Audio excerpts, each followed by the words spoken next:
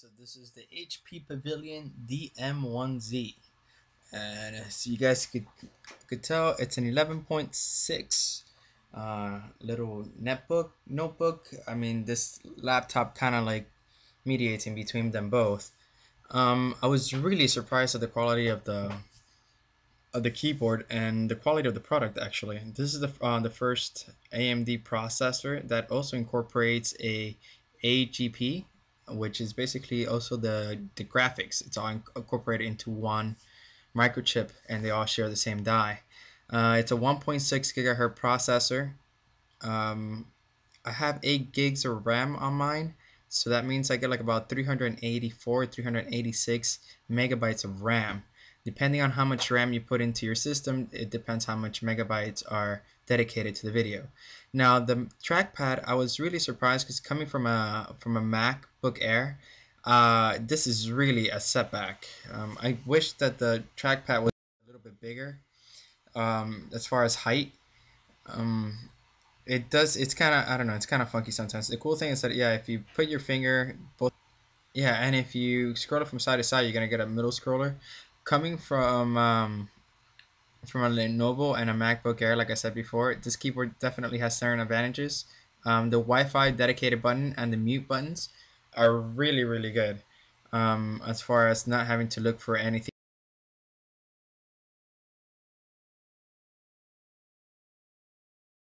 around there. I still have the plastic on so it won't get scratched. I've had it for about 4 days. Um, and I also have it in the bottom. Here are the USBs and VGA and headphones and the memory card, the memory reader, sorry. Actually, let me do a better job than this. Okay, here's the other side. Let me put it down on the table really quick and do a proper review.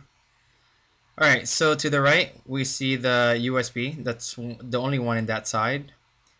I wish my video was a lot better. This is my cell phone actually. That's HDMI. Those are the two lights. That's for the power and the HDD for the hard drive. That's the fan. Sorry, that's the outtake for the processor. And there we go. There's a Kensington lock and the AC adapter plug-in. Okay, those are the speakers, which I'll get into in a couple of seconds. Okay, and here is the VGA. That's the network adapter. I wish they would have done a way better design than this. It's just really uncomfortable to take that out and try to put the network cable in there. Those are the two USBs, the headphone jack, and the memory reader, as I stated before. Yeah, and even closing it, it's rather difficult. Okay, and let's take out the battery really quick. Alright, that's basically what powers this laptop from 6 to 9 hours according to HP. It's pretty light. It's a lot lighter than my Lenovo's X61S battery. I'm sure that a second-hand manufacturer, is going to come out with one that has way more ma on it or juice on it. There is a SIM hole for I guess for a data plan. I don't know if that actually functions or not, but it's there. So I don't know if maybe they'll have a second revision or have Verizon or AT&T, or if it actually works right now. But since I don't have AT&T or T-Mobile, I can't really use it. Alright, so to basically see the bones of this machine, the bottom is made of plastic. There's no screws or anything like that. You basically have a little space between the body. See it right there, the black? That's the cover, and the gray white stuff is basically the body. So if you get both of your middle fingers or even your index and just put them underneath like a hook and just touch it a bit, it goes ahead and comes open. Alright, underneath this little flap of information is the memory. As I said before, I have two 4GB sticks for a total of 8GB of RAM. Those are 1066 actually.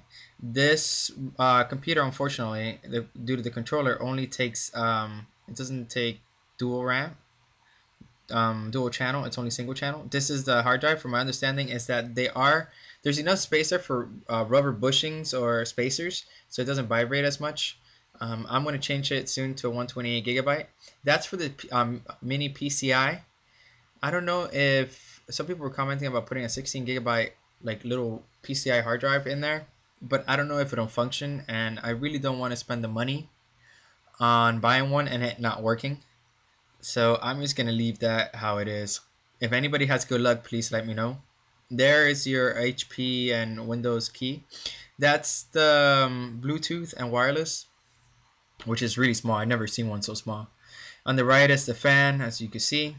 The cover, as I said before, it's pretty flexible plastic, so you're able to put it in there. Those are the Dolby Enhanced Audio made by Altic Lansing, and they're really, really good.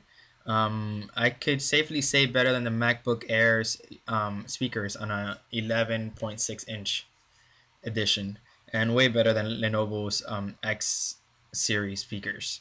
I was really surprised and taken back by the quality. All right, so let's power this baby on. The orange light that you see is for the wireless connectors. That includes Bluetooth and Wi-Fi. When it's orange, it's disabled, and when it's like a clear white, it's not a clear white, but bluish white, it's enabled. This is a home screen. I am using Fences. This is the first time I use it. I'm gonna give it a go, see how it goes. The cool thing about Fences is that if you double click on the desktop, it all disappears. So there are no icons that show, which is actually pretty badass. Alright, here's the speaker view. When you mute it, the light turns orange. And when you take it off, there you go. See, same thing with the Wi-Fi. Another thing that has it is a cap lock. Let me go ahead and press it right now. There we go. And when it's on, yeah, the light's on. The only thing that I haven't found is the mouse, or the trackpad, sorry. I really haven't looked much into disabling it since I use it predominantly. I don't really like to disable it. Yeah, there we go. I double clicked on the desktop and it disappears the icons on Fences, which once again is a pretty cool thing. And let me try to bring that back. There we go. Alright, so people were commenting about the gaming. Since I am actually recording this on my HTC Evo, and for some strange reason the recording itself is lagging, don't blame it on the game. I'm using Team Fortress 2, which is a game that I use quite often, and it's really the only game I play constantly, since it's basically free once you buy it. Here are the settings. I have it set out to the max. 1366 by 768 native resolution, widescreen 16.9. Let's look at the more details. Everything's set on high basically, except for the anti-aliasing mode and the wait for vertical sync. Those are disabled, and multi-core rendering, which actually I should enable, but I'm not going to enable it for this test. Alright, at the beginning of the game there is some lag, but then as you keep on playing, it basically goes away. I guess it's just for the systems. The system takes a while to recognize how much resources it needs to go. Then it flows pretty well. As you guys can see, I have like 20 to 30 frames per second. My ping is about 87, so that's not that bad. There we go, you see 27. And as you saw, it's not the game lagging, it's actually my camera phone. My camera phone, that's great, yeah. My phone's camera or video. There we see where I'm hitting the 30s and 40s. I died, so I have to go back up top. That lag is not on the game, it's the phone. And I'm playing with one hand due to the fact that I have the camera. Camera's dash phone. I'm the other one. Yeah, the game flows like that pretty much of the time, except for that. That's just lag. That's once again that's a camera. All right, that's enough for that. If you play Team Fortress 2, you definitely love this laptop. Here's I guess the cores when it's not doing anything on idle, and the memory. I do have a couple of things, I guess, running in the background. I did go ahead and go to msconfig and clean out a lot of the stuff that comes running already. And the only thing really that I have running is I'll show you guys right now. That's the mouse right there. controller for the audio, fast forward and stuff like that. That's the ATI graphics controller, the Bluetooth, and the Wi-Fi. They're disabled right now. I'm running on network.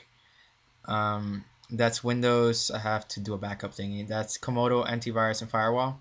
That's Power ISO and Steam, which I will go ahead and take off right now. Okay, and let's look at the percentage here.